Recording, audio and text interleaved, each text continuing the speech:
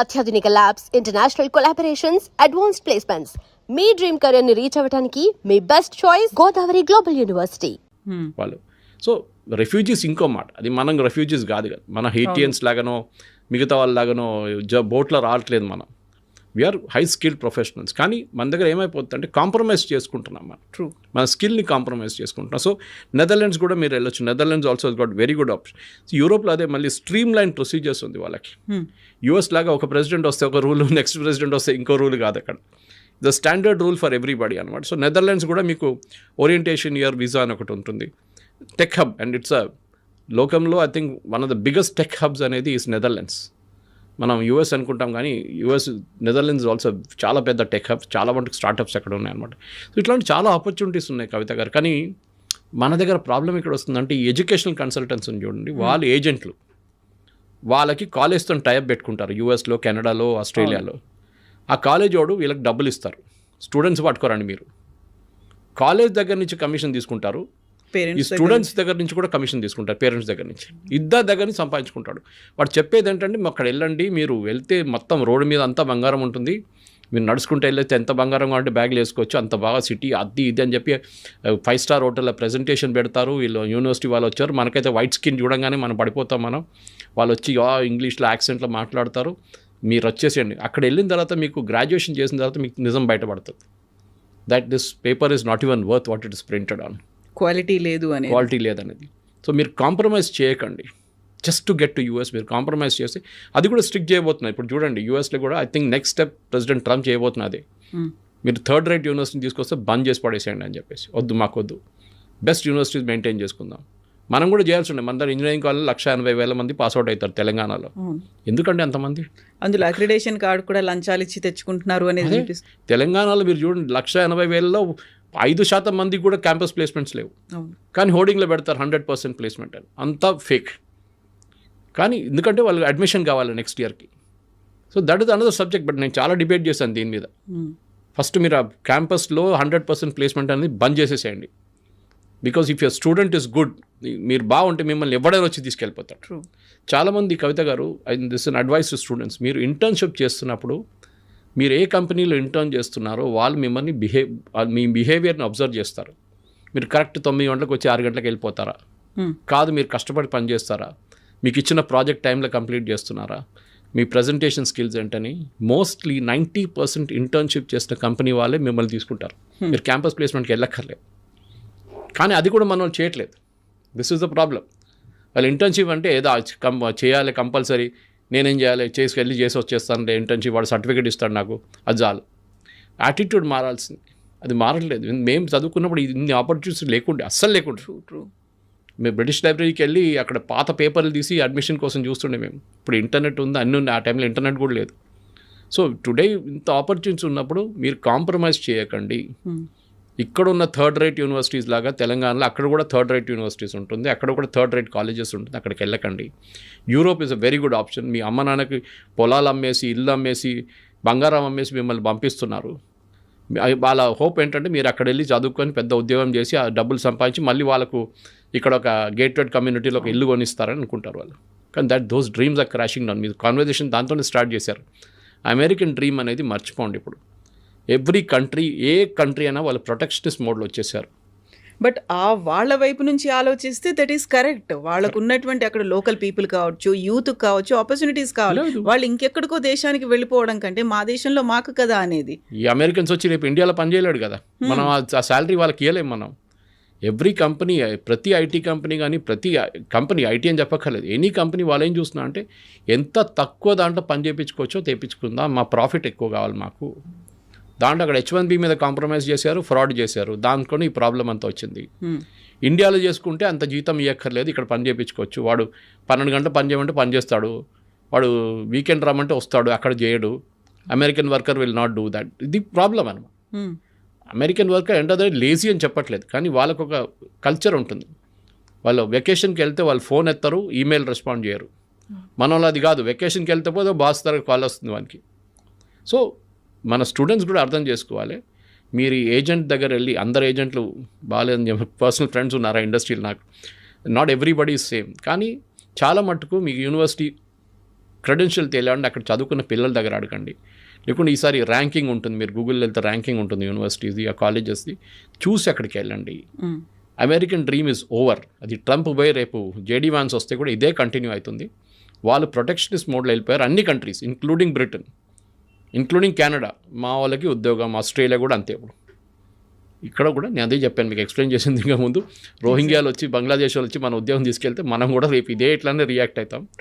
కానీ you develop your skill so much. Me skill ఇంత మంచి స్కిల్ మీరు అన్కంపారబుల్గా ఉంటాయి.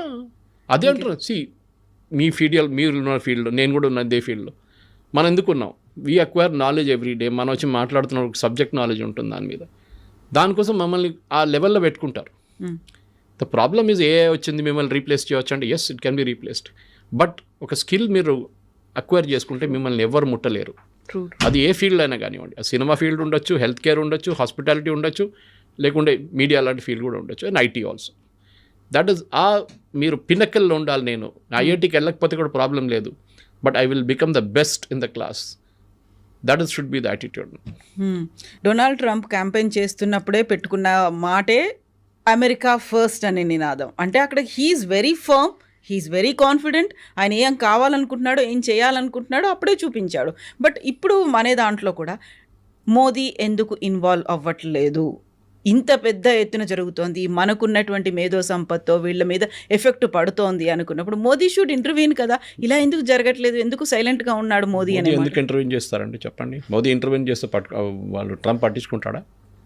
He has to take care of his local audience. రేపు బంగ్లాదేశ్ ప్రైమ్ మినిస్టర్ వచ్చి మా వాళ్ళు ఇక్కడ ఉండనీయమంటే మన వాళ్ళు పట్టుకుంటారా? తిడతాం వాడిని. You take care of your own country first. వాళ్ళ అమెరికన్ సిటిజన్స్ ఇంట్రెస్ట్ చూసుకుంటున్నారు. మోదీ ఇంటర్ఫియర్ చేసి ఏం చెప్తారు? మా వాళ్ళని రానియండి, ఇంకా H1B visa issue. You are broken the లా.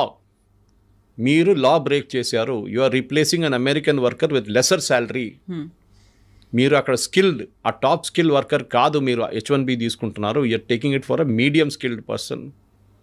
వాళ్ళు ఇప్పుడు కూడా రావద్దంటలేదు. They are still giving H1B visas.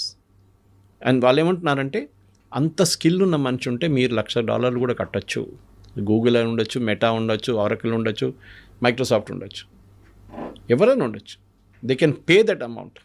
అంత స్కిల్డ్ వర్కర్ ఉంటే మీకు $120 జీతం ఇస్తున్నాడు, $1,00,000 ఎక్స్ట్రా ఇన్కమ్ చేయడానికి ప్రాబ్లం లేదు. బహుశా అది వన్ టైం ఫీ ఉండొచ్చు. ఇప్పుడైతే ఎవ్రీ ఇయర్ రిన్యూవల్ అంటున్నారు, కానీ వన్ టైం ఫీ అయిపోతుంది. ఒకసారి కట్టేస్తే మీకు H1B మీద మీ ఆ పీరియాడిసిటీ, మీ రిన్యూవల్ దాకా అది ఉండిపోతుంది అట్లనే. కానీ ప్రాబ్లం ఇక్కడ వస్తుంది, మీరు కాంప్రమైజ్ చేసాం, మనం దాన్ని మిస్యూజ్ చేసాం. మనం ఇండియన్సే తప్పు పట్టలేదు, అక్కడ ఉన్న కంపెనీలు కూడా మిస్యూజ్ చేశారు. తక్కువ వేజెస్లో తక్కువ స్కిల్ ఉన్న వాళ్ళు తీసుకెళ్ళి పెట్టేసి ప్రోగ్రామ్ మొత్తం ధ్వంసం చేసిన తర్వాత న్యాచురల్లీ అక్కడ ఉన్న పార్లమెంటేరియన్స్ అంటే వాళ్ళ కాంగ్రెస్ మ్యాన్ అంటాం, వాళ్ళు ఏం చేస్తున్నారు, వాళ్ళు అంటున్నారు you are misused it, let us get rid. దీంట్లో చూడండి, డెమోక్రాట్స్ అండ్ రిపబ్లికన్స్ ఇద్దరు ఉన్నారు తోడు. Otherwise they are all separate. కానీ రిపబ్లికన్స్ అండ్ డెమోక్రాట్స్ ఇద్దరు కలిసి మేము అడ్డుకోవాలి మా వాళ్ళకి, ఎందుకంటే వాళ్ళకి ఓట్లు వేయాలండి. అవును. రేపు ఫర్ ఎగ్జాంపుల్ అలీగఢ్లో లేకుంటే లక్నోలో 1,00,000 ఉద్యోగాలు పోయిందనుకోండి, బంగ్లాదేశ్ వాళ్ళు వచ్చి అక్కడ వచ్చి ఉద్యోగాలు తీసుకెళ్ళిపోతే మోదీకి ఓట్లు పడుతుంది అక్కడ? పడదు కదా. ఆ ఉద్యోగం పోయినాడు కొప్పడి ఇంకేసారి ఉల్టా క్యాంపెయిన్ చేస్తాడు. ఇదే అమెరికాలో కూడా. So make America great again చెప్పింది అంటే వీఆర్ బ్రింగింగ్ బ్యాక్ ఎంప్లాయ్మెంట్. మా అమెరికన్స్కి లేని ఉద్యోగం మేము తీసుకొస్తున్నాం. స్కిల్ లేని, ఇప్పుడు అమెరికాలో స్కిల్ అవైలబుల్ ఇన్ ప్లెంటీ. నేను అదే చెప్పాను, వాళ్ళు వస్తున్నప్పుడు I heard students from Pennsylvania కానివ్వండి, మిగతా యూనివర్సిటీ, రాస్టర్ యూనివర్సిటీ, అన్నింటిలో చాలా మటుకు హార్వర్డ్ నుంచి కూడా you're getting the best MIT great. అక్కడి నుంచి వచ్చిన కొంతమంది పిల్లలు కూడా ఉద్యోగం రావట్లేదు. ఎందుకు అంటే this is the problem that somebody else has taken the job away అంటున్నారు వాళ్ళు. మా ఉద్యోగం ఇంకోటి తీసుకెళ్ళిపోయాడు, మాకు కావాలంటే నాకు $1,20,000 ఇవ్వాలి, వాడేమో 60,000 వచ్చి పనిచేస్తున్నాడు, వాడు తీసుకెళ్ళిపోయాడు మా ఉద్యోగం, మాకు ఉద్యోగం లేదండి.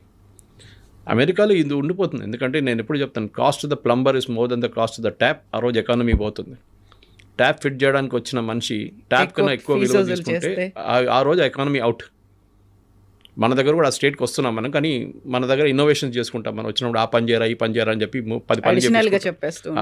కానీ అమెరికాలో అది కాదు, వచ్చి ఆ పని చేసి వెళ్ళిపోతాడు. So that is why coal industry collapse, steel industry collapse అయింది, వాళ్ళు కార్ ఇండస్ట్రీ కొలాప్స్ అయింది, అన్ని ఇండస్ట్రీస్ పోయినాయి అమెరికా నుంచి. Now they are only high technology ఒక్కటే వాళ్ళు చూస్తున్నారు. And they are good in aircraft manufacturing, అది మనం చూసాం చాలా మటుకు. అది మీరు ప్యాసింజర్ ఎయిర్క్రాఫ్ట్ ఉండొచ్చు, బోయింగ్ లాంటి, లేకుంటే మెక్డొనాల్డ్ డగ్లస్ లాగా మేకింగ్ మిలిటరీ ఎయిర్క్రాఫ్ట్, అది కూడా అన్నిట్లో they are very good. So వాళ్ళు ఏం చూస్తున్నారు, క్రీమ్ చూస్తున్నారు, మనమేమో బాటమ్ ఎండ్లో ఉన్నాం.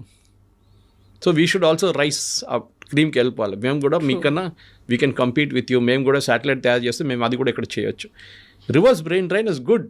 నేను అంటున్నాను, చాలామంది అన్నారు, శ్రీధర్ వెంబు గారు అన్నారు, ఇప్పుడు నౌ సేయింగ్ దట్ యూజింగ్, అందరూ అరటి అది యూజ్ చేద్దాం, యాప్ యూజ్ చేద్దాం, చాలామంది స్విచ్ ఓవర్ చేసుకున్నారు, జీమెయిల్ వద్ద అది యూజ్ చేస్తున్నారు. Very good.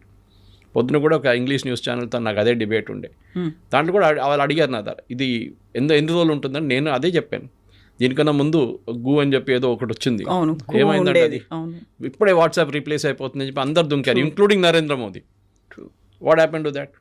It died a natural death.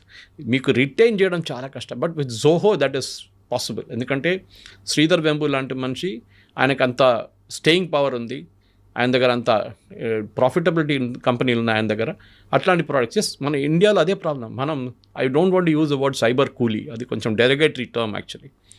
కానీ మనం లోవర్ అండ్ సర్వీసెస్లో ఉండిపోయాం. ఒక్క ప్రోడక్ట్ చెప్పండి మనం తయారు చేసింది ఇక్కడ నుంచి. We're not develop products. మనం సర్వీసెస్లోనే మనం నెంబర్ 1లో ఉండిపోయాం. అవుట్ సోర్సింగ్లోనే అమెరికా కోసం పనిచేస్తున్నాము అంతే. అమెరికన్ కంపెనీస్ కోసం ఇక్కడ నుంచి పనిచేస్తున్నాం. వాళ్ళు ప్రోడక్ట్ డెవలప్ చేసి వాళ్ళు మార్కెట్లో అమ్ముకుంటున్నారు, మనమేమో దాన్ని సపోర్ట్ చేస్తున్నాం. We should become a nation which will develop products. చాలా ఇంపార్టెంట్. మన దగ్గర ఐపాడ్ ఎక్కడైనా తయారు చేసాము మనం? ఏం చేయలేదు. బహుశా ఒక ఫినెకల్ ఉండొచ్చు ఇన్ఫోసిస్ దగ్గర నుంచి as a banking product. We have not develop. ఉంది, కేకా లాంటి ప్రోడక్ట్ డెవలప్ అయింది, డార్విన్ బాక్స్ డెవలప్ అయింది, హెచ్ఆర్ వైపు. They are doing good job. Startups చూడండి, ఏరోస్పేస్ స్టార్టప్స్ చూడండి, ఎన్నో తయారవుతున్నాయి. బట్ టిపికల్ ఐటీ దాంట్లో మనం we're not gone up to that level. We're still working. ఒక అమెరికన్ కంపెనీ కోసం పనిచేస్తున్నాం అంతే. కానీ అక్కడి నుంచి మూవ్ అయ్యే మనం we should move to the higher level. అదే మోదీ గారు చెప్తున్నారు, ఆత్మనిర్భరత అంటే అదే. మనం దానికి మన కోసం మనం తయారు చేసుకోవాల్సింది. We should not be dependent on outsiders. బయట వాళ్ళతో మనకు పనే లేదు. చైనాని చాలా మంది మనం కట్ చేసేసాం. ఇప్పుడు కూడా ఒక mobile phone top cover glass, it's coming from China. అది ఇప్పుడు ఒక హైదరాబాద్ బేస్డ్ కంపెనీ వాళ్ళు రీప్లేస్ చేయబోతున్నారు. దాన్ని కూడా టైం పడుతుంది, ఇంకో 6 నెలలు అది కూడా అయిపోతుంది. కానీ we're come to that level. అక్కడ దాకా వచ్చాం కదా. దీనికన్నా ముందు 40%, 30% ఉండే ఇండిజినైజేషన్. ఇప్పుడు అది 70, 80, 90% దాకా వచ్చింది. Same with car manufacturing. ఇప్పుడు మా ఇటు నుంచి ఏం కార్ అక్కడ పంపిస్తున్నాం ఉల్టా మనం ఇప్పుడు. సో ఇండిజినస్ కెపాసిటీ డెవలప్ చేసి మన పిల్లలు అక్కడి నుంచి రిటర్న్ వస్తుంది. మీరు చదువుకోండి, అక్కడ చదువుకొని మీ నాలెడ్జ్ ఎక్వైర్ చేసి you can always come back and work ఇండియాలో. సరే, ఇండియాలో ఉన్న ప్రాబ్లమ్స్ ఇండియాలో ఉంది, లేదని చెప్పట్లేదు. చాలా ప్రాబ్లమ్స్, రెగ్యులేటరీ కానివ్వండి, పనిచేయటం కానీ, కల్చర్ కానీ, చాలా మటుకు మన working culture is very toxic. అది మనం ఏం చేయలేం దాన్ని. కానీ అట్ ద సేమ్ టైం మీకు అదే స్కై రూట్ కానివ్వండి, మిగతా కంపెనీలు కానీ చూసి చెప్తున్నాం మనం, వాళ్ళు అదే సిస్టమ్ నుంచి పనిచేసుకొని బయటకు వచ్చారు కదా. ఎన్నో స్టార్టప్స్ ఉన్నాయి. టీ హబ్కి వెళ్ళండి, you can see lot of startup. Bengaluru వెళ్ళండి, చాలా ఉన్నాయి స్టార్టప్స్. ట్రూ. కానీ మన ఏంటంటే అశ్విని వైష్ణవ్ గారు కాదు, పీయూష్ గోయల్ గారు చెప్పారు మన స్టార్టప్ కల్చర్ గురించి, that we're here to serve food. Poor people are serving food to rich people అనమాట. అంటే మన ఫుడ్ డెలివరీలో నెంబర్ 1 అయిపోయాం, కానీ ఒక ప్రోడక్ట్ లాగా మనం డెవలప్ చేయలేదు ఇంకా అని చెప్పి. దాట్ ఈస్ స్టిల్ నేను కూడా అదే అనుకుంటాను. ఎందుకంటే we have to go to the product range. Israel చూడండి, నేను చెప్పిన నెదర్లాండ్స్ చూడండి, వీళ్ళు దే ఆర్ నంబర్ 1. ఇజ్రాయలీస్ టెక్నాలజీలో, especially defence technologies are number 1. మనం కూడా స్టేట్కి వస్తున్నాం ఇప్పుడు. మన దగ్గర 2 అబ్బాయిలు బిట్స్ పిలానీలో కూర్చొని ఒక డ్రోన్ తయారు చేశారు, ఇండియన్ ఆర్మీకి అమ్మారు. వాళ్ళు హాస్టల్లో కూర్చొని తయారు చేసినట్టు ఉన్నారు మన దగ్గర talent. Let them come back to India. That be the greatest day for Indian economy.